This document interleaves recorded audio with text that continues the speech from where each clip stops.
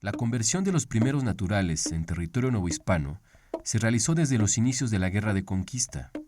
El personal religioso que acompañaba a Hernán Cortés atendió los requerimientos espirituales de la Armada Española y los primeros de evangelización y conversión de infieles. Sin embargo, el proceso era más complejo que trasplantar, imponer y sustituir una religión diferente en los vencidos.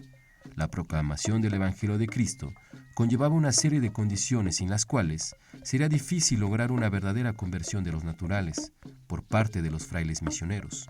Entre ellas, el conocimiento del indígena, su mundo, su religión y muy particularmente sus lenguas, tan alejadas de la castellana y la latina.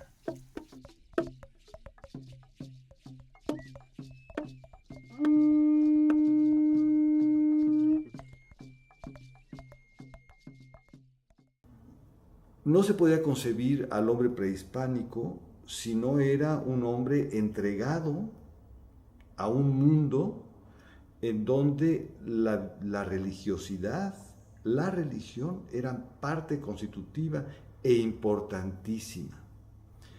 El hombre prehispánico se despertaba y lo primero que hacía era realizar una serie de actos de limpieza de su cuerpo, pero que tenían un carácter sagrado.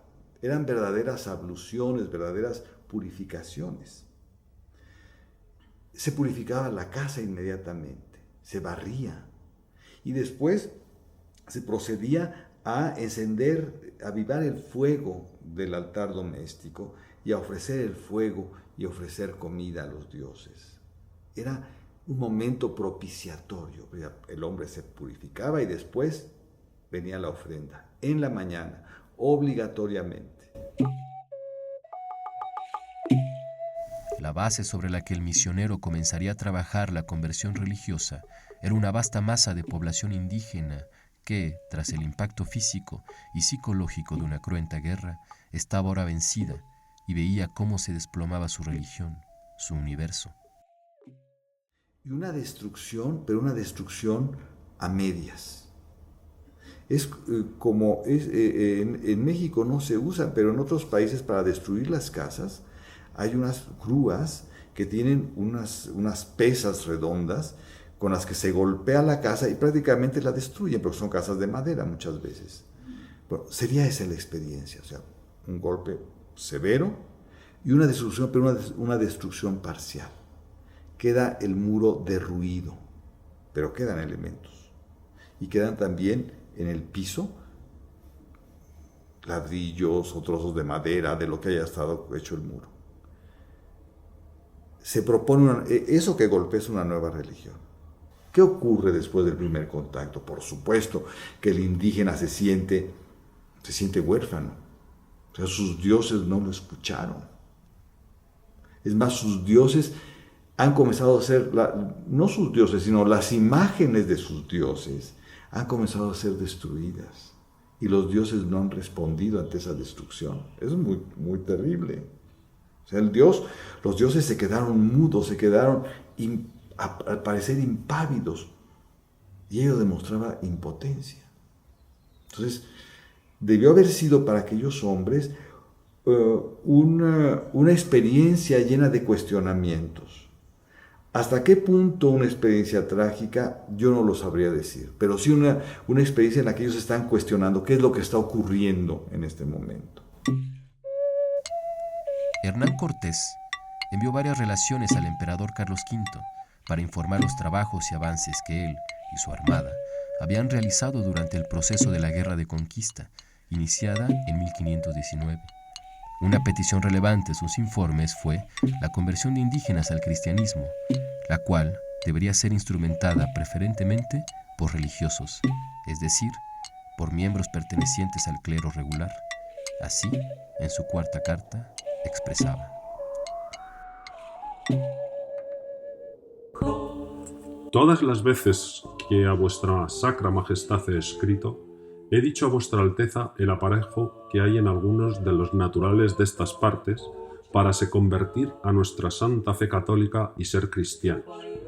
Y he enviado a suplicar a vuestra cesárea majestad para ello, mandase proveer de personas religiosas de buena vida y ejemplo, y porque hasta ahora han venido muy pocos, o cuasi ningunos, y es cierto que harían grandísimo fruto, lo torno a traer a la memoria a vuestra alteza, y le suplico lo mande proveer con toda brevedad, porque de ellos Dios nuestro Señor será muy servido, y se cumplirá el deseo que vuestra alteza, en este caso, como católico, tiene.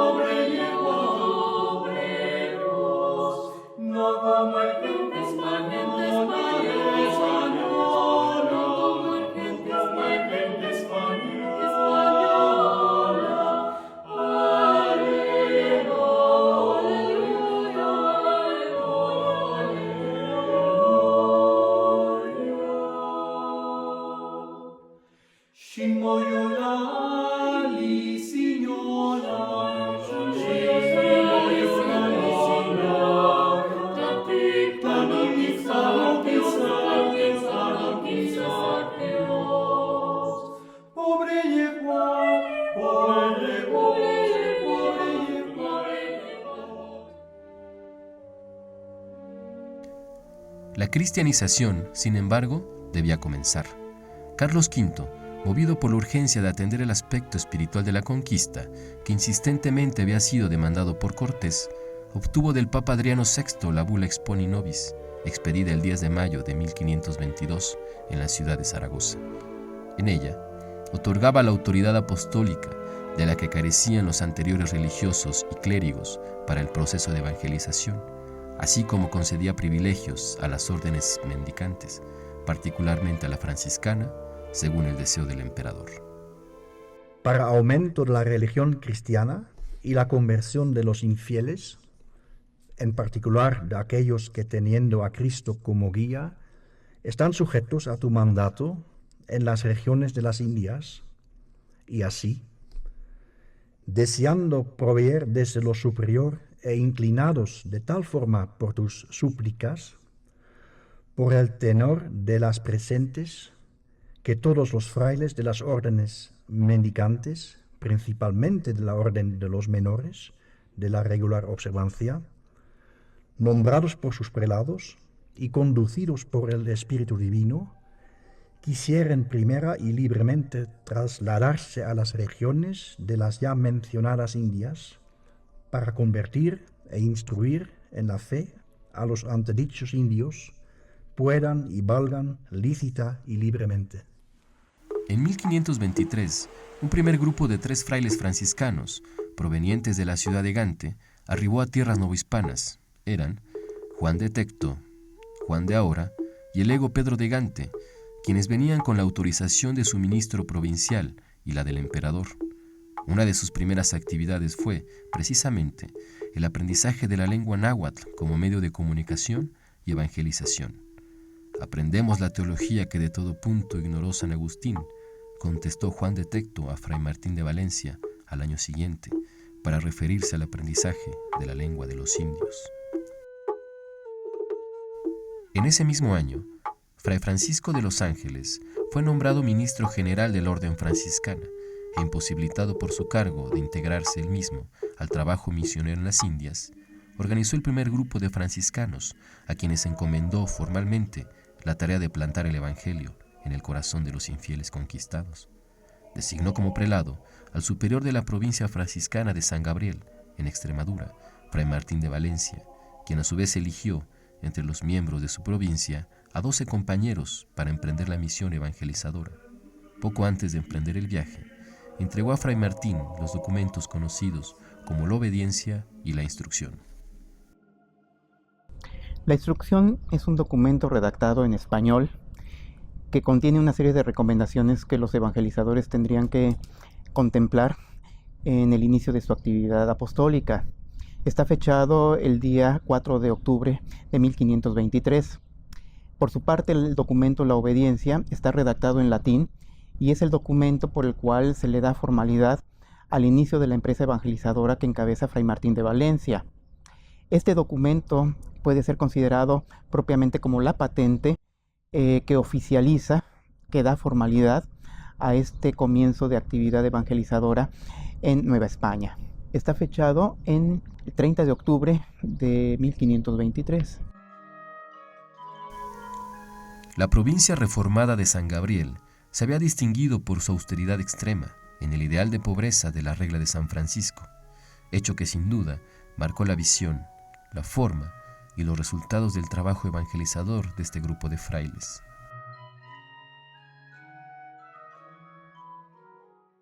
Yo creo que Hernán Cortés, que tiene una reunión casi inmediatamente cuando llegan ellos, escogió los lugares, diríamos, estratégicos en donde iban a estar los frailes. Naturalmente, México, Tenochtitlan, Texcoco, Tlaxcala y Huejotzingo. A mí siempre me ha llamado la atención por qué Huejotzingo, quizá porque era la entrada hacia México, Tenochtitlan, de ahí no sé. Quizá uno de estudios más serios sobre el papel de Huejotzingo en la zona sería interesante, ¿no? Para mí Cholula era mucho más importante y sin embargo a Cholula llegan hasta 4 años después. Pero es la zona, diríamos, conquistada del imperio mexica, donde quedaron los primeros comunidades evangelizadoras. Lo primero que por vuestra consolación debéis notar es que sois enviados a esta santa obra por el mérito de la santa obediencia, y no solamente mía, en cuanto vicario de San Francisco y ministro general, pero su santidad, por un breve dirigido a mí, dice que los que yo señalare, él mismo los envía autoritate apostólica, como vicario de Cristo. Y así, al presente, no envío más de un prelado con 12 compañeros, porque este fue el número que Cristo tomó en su compañía para hacer la conversión del mundo, y San Francisco, nuestro Padre, hizo lo mismo para la publicación de la vida evangélica.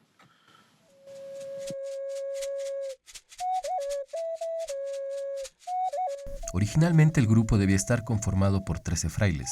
Sin embargo, durante los trabajos preparativos, un miembro fue reemplazado y otro no se integró, quedando finalmente Martín de Valencia, Francisco de Soto, Martín de la Coruña, Juan Suárez, Antonio de Ciudad Rodrigo, Toribio de Benavente, García de Cisneros, Luis de Fuensalida, Juan de Rivas, Francisco Jiménez, Andrés de Córdoba y Juan de Palos.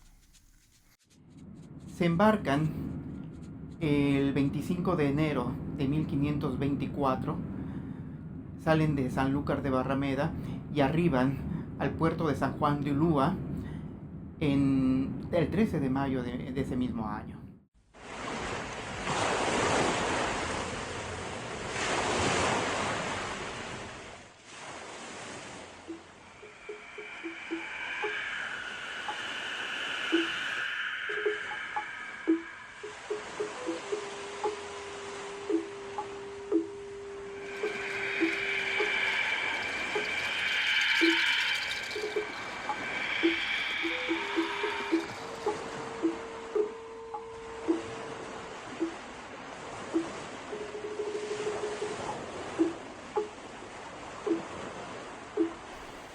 El viaje contempló varias escalas antes de arribar al fuerte de San Juan de Ulúa, Isla Gomera, Puerto Rico, Santo Domingo y Cuba.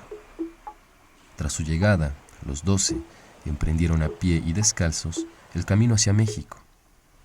Se detuvieron en Tlaxcala para descansar un poco y conocer la ciudad y su mercado, del cual, según el cronista Jerónimo de Mendieta, maravilláronse de ver tanta multitud de ánimas, cuanta en su vida jamás habían visto así junta. Prosiguieron su recorrido y llegaron a México, donde Cortés y sus soldados les brindaron un emotivo recibimiento, que así es narrado por Bernal Díaz del Castillo. El mismo Cortés, acompañado de nuestros valerosos y esforzados soldados, los salimos a recibir. Juntamente fueron con nosotros Guatemuz, el señor de México, con todos los más principales mexicanos que había y otros muchos caciques de otras ciudades. Y cuando Cortés supo que llegaban, se apeó del caballo, y todos nosotros juntamente con él.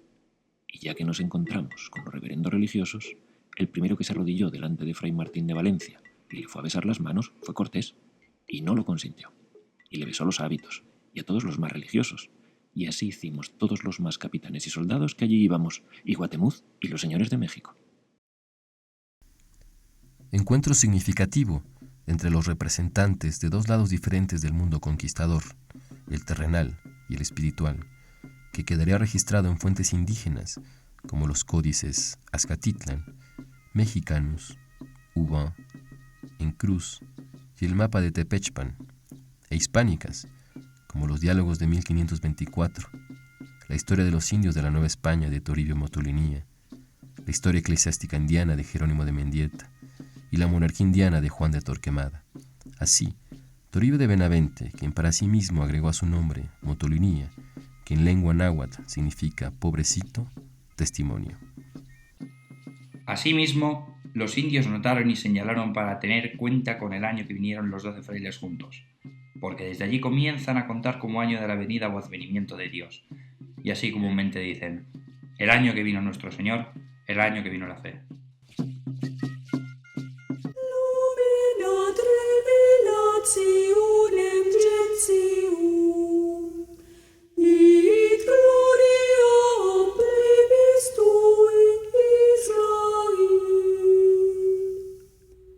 Nunc dimitis servum tuum, Domine, secundum verbum tuum in pace. Lumina revelationem gentium. La evangelización implicó penetrar en el alma del conquistado para convertirlo al cristianismo, no sin resistencia, no sin dolor, venciendo las barreras que impedían una comunicación eficaz entre dos mundos culturales diferentes.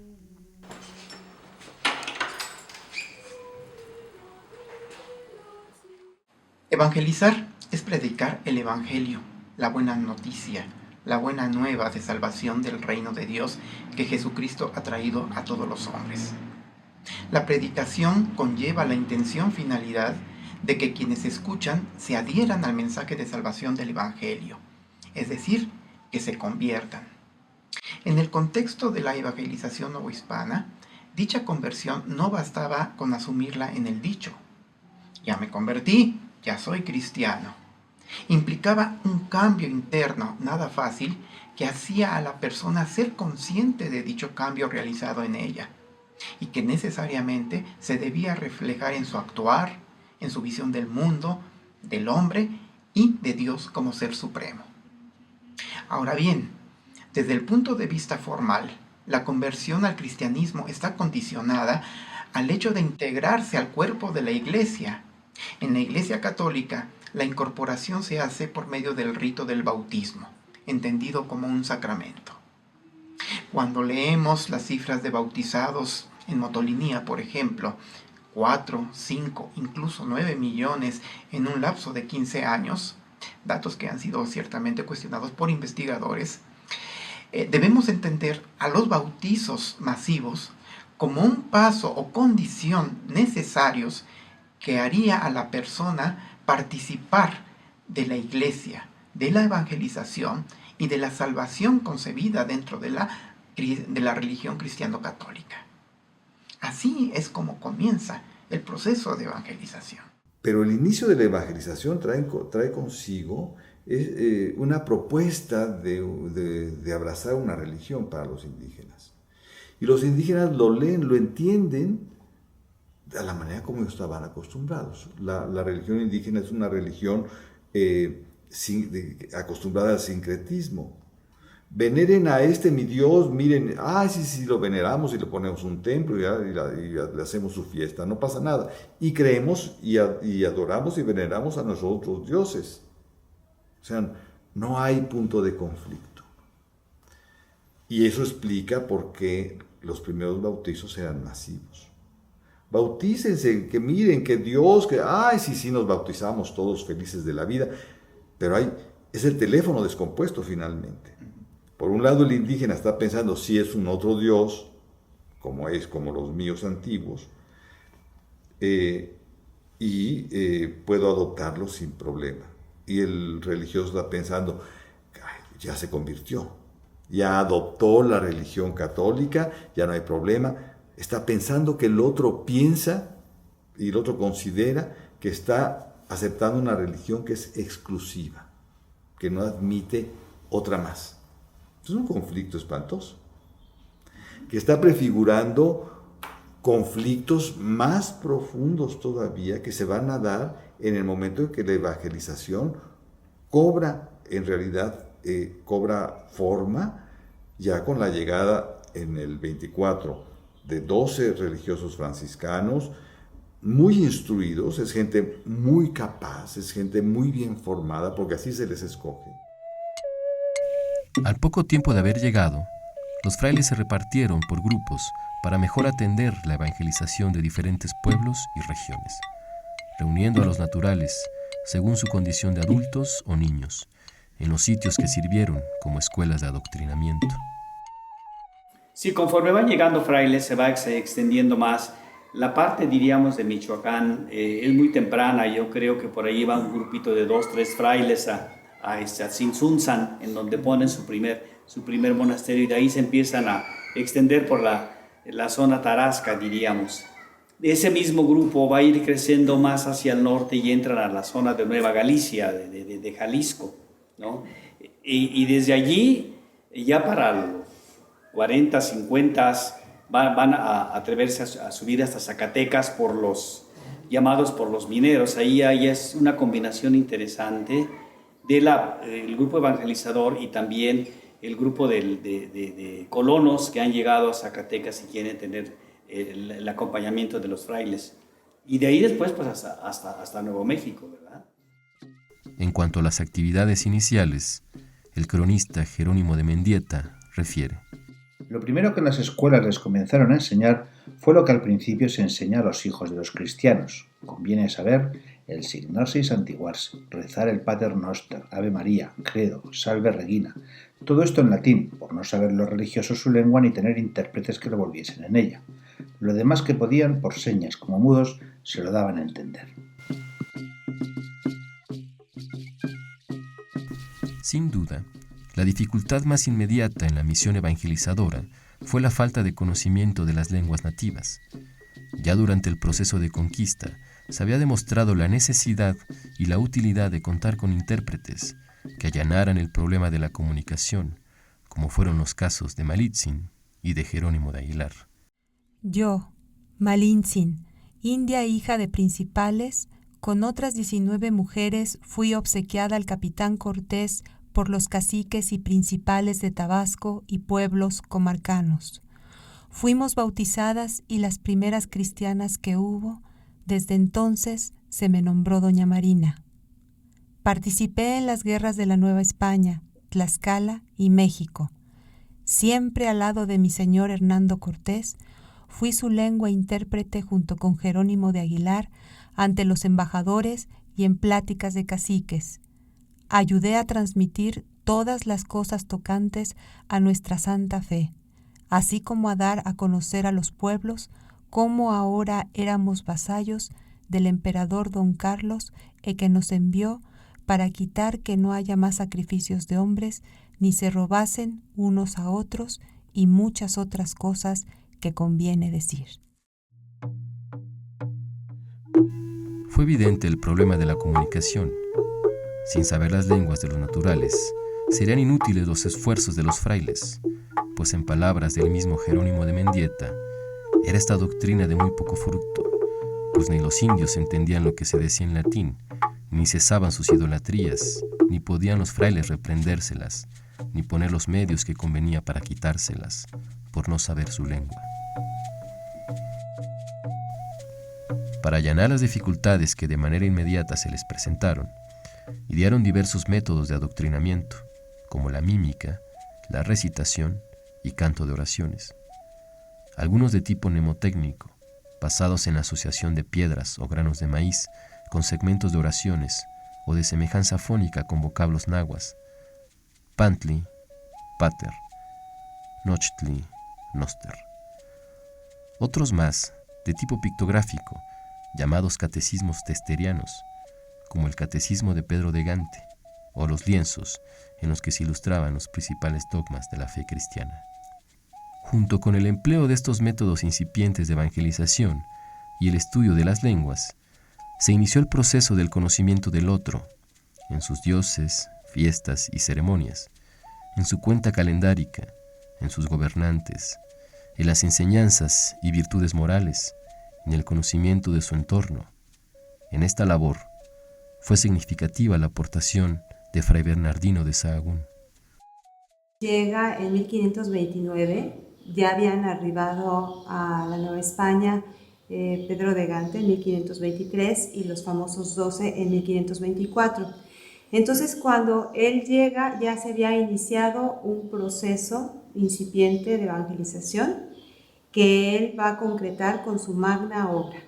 Esta obra se divide en dos grandes complejos enciclopédicos, uno el doctrinal y el otro llamado Historia General de las Cosas de Nueva España. Se va a ir realizando de manera paralela y va a ser un desarrollo integral que va a permitir una evangelización más eficaz, puesto que va a tomar en cuenta al otro.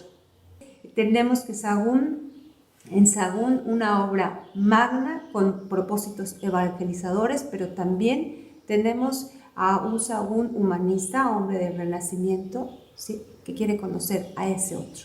Los intereses también están en ver quién es ese otro, cómo se expresa y cómo concibe esa realidad que le está sucediendo. Y por supuesto va a ser muy importante conocer la expresión lingüística que reviste sus pensamientos. Por eso, desde muy pronto, él va a ser un excelente nahuatlato. Se dice que hizo una gramática, de la que se ha perdido, no sabemos cuál es su paradero, que también hizo un vocabulario apéndice a la gramática, también desconocemos su paradero.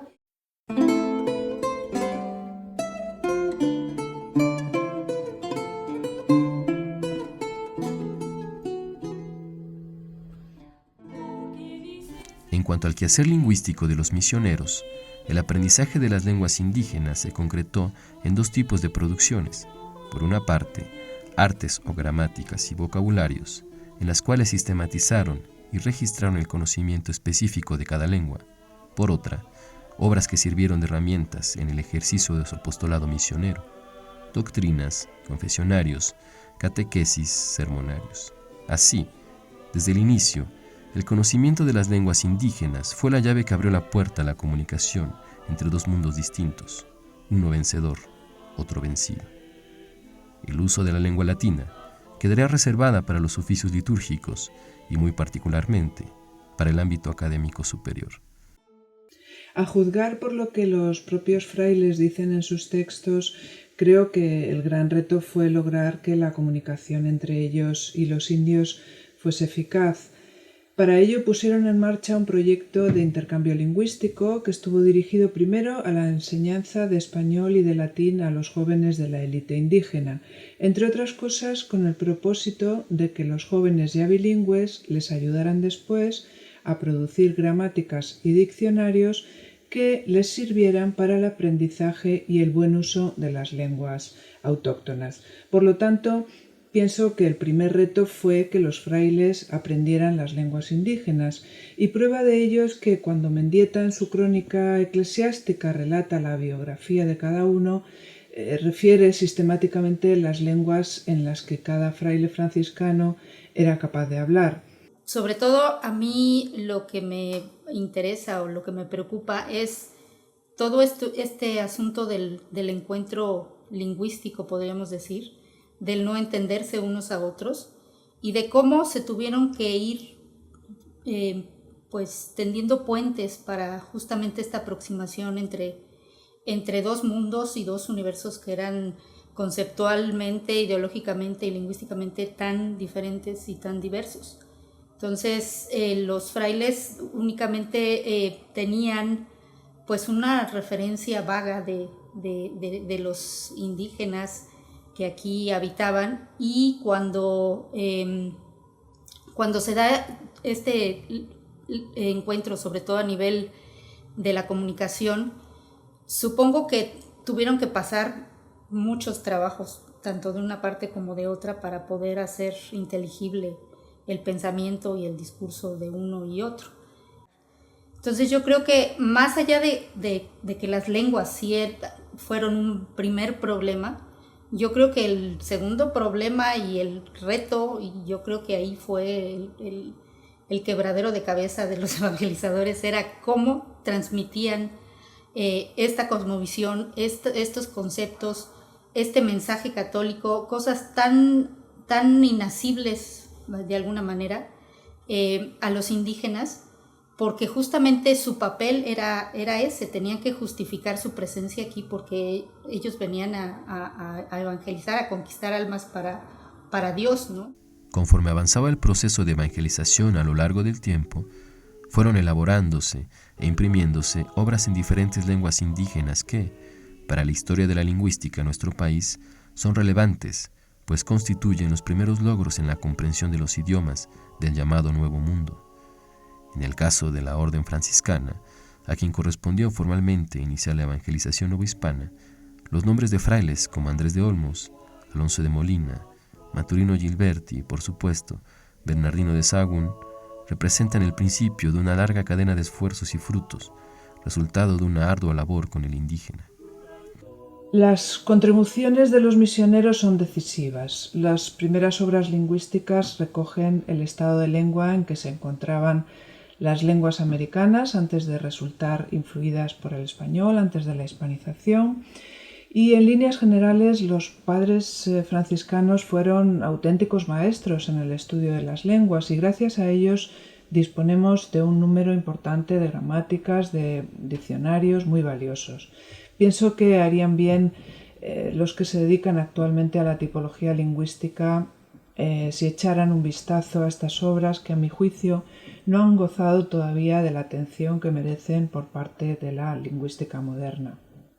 El vocabulario de la lengua náhuatl de Fray Alonso de Molina fue una obra bien hecha, una obra original, que fue un éxito en su tiempo y que sigue teniendo interés para los especialistas. Muchos vocabularios franciscanos de su tiempo lo siguieron, de modo que Molina actuó como piedra de toque de la lexicografía posterior.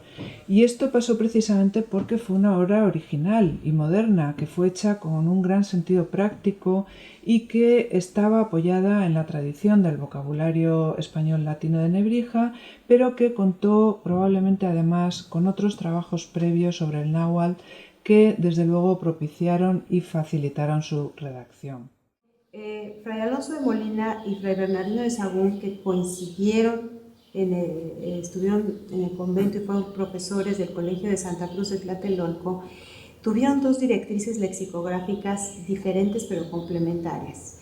Finalmente, ellos sabían muy bien lo que estaba pasando en Europa, sabían muy bien lo que sucedía, por ejemplo, con Nebrija, lo que había hecho, el trabajo lexicográfico que había hecho Nebrija de verter del latín al castellano y también del castellano al latín en sus dos propuestas lexicográficas a través de equivalencias muy pequeñas, muy breves, pero también conocían lo que había hecho el agustino Ambrosio Calepino. En la que intervienen obviamente los indígenas que fueron educados en el Colegio de Tlatelolco, que yo creo que su intervención fue básica y fue fundamental para que los evangelizadores pudieran tener esta producción. Por ejemplo, a nivel discursivo, las metáforas, los paralelismos, los difracismos. Entonces tienen que aprender y sumergirse en ese espacio que realmente implica ya un muy buen conocimiento de la lengua, porque no es nada más un conocimiento de la denotación o ese primer significado que se tiene, sino es de las maneras, los modos de hablar, los recursos estilísticos que se utilizan para hacer que este mensaje católico se revistiera o se viera como algo nativo, ¿no? como expresiones nativas.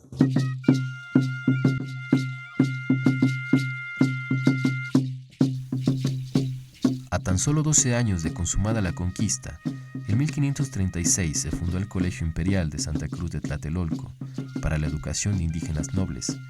Estuvo a cargo de la orden franciscana y contó con el apoyo del primer obispo, Fray Juan de Zumárraga, y del primer virrey, Antonio de Mendoza. Este colegio siguió la tradición de las grandes universidades europeas en cuanto a la organización de los estudios y vida académica, a la cabeza de señalados maestros como Juan de Gaona, Francisco de Bustamante, Juan Faucher y los mismos Bernardino de Sahagún, Andrés de Olmos y Alonso de Molina. Pudieron fraguarse trabajos de gran aliento y formarse indígenas altamente capacitados, que tanto ayudaron en las labores de evangelización como proveyeron de información valiosa a quienes trabajaron en el conocimiento y sistematización de las lenguas indígenas.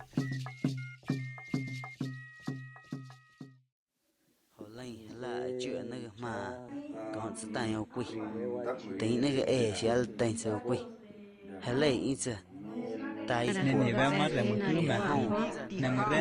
Maria, gratia plena, Dominus tecum, benedicta tu in mulieribus, et benedictus fructus ventris tui.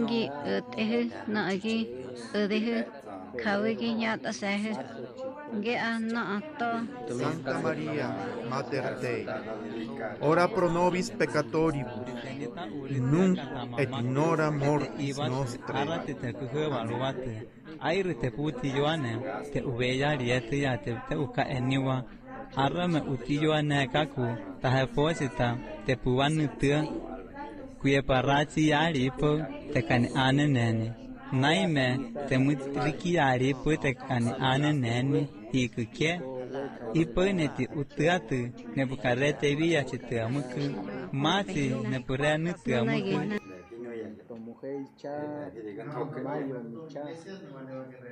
Makoy Mari,